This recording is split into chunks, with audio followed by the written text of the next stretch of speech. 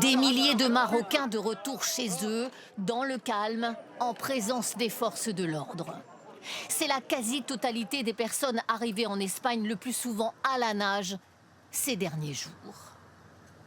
De l'autre côté de la frontière, dans l'enclave de Ceuta, les autorités espagnoles installent une barrière bouée. Il ne sera plus possible d'atteindre le rivage.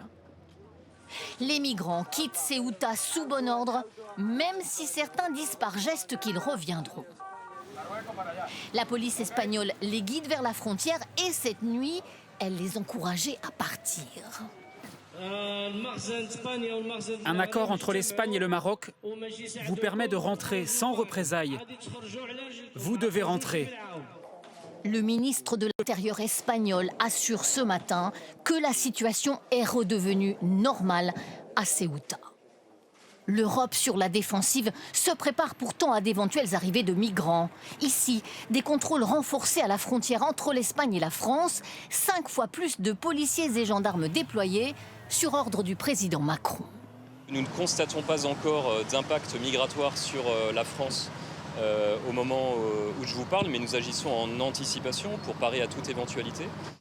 Une crise qui divise l'Europe. L'Italie a par exemple suspendu temporairement son espace de libre circulation avec l'Espagne, décision de la première ministre d'extrême droite, Giorgia Meloni. Le ministre de l'Intérieur français déclare néanmoins ce matin qu'il n'est pas question que l'Espagne quitte Schengen. Pendant ce temps, Donald Trump utilise cette crise à des fins électorales. On dirait une invasion d'un pays par des centaines de milliers de personnes. Et il nous arrivera la même chose si les républicains ne gardent pas le pouvoir. 22 pays de l'Union européenne demandent une visioconférence d'urgence des ministres de l'Intérieur pour répondre à cette crise.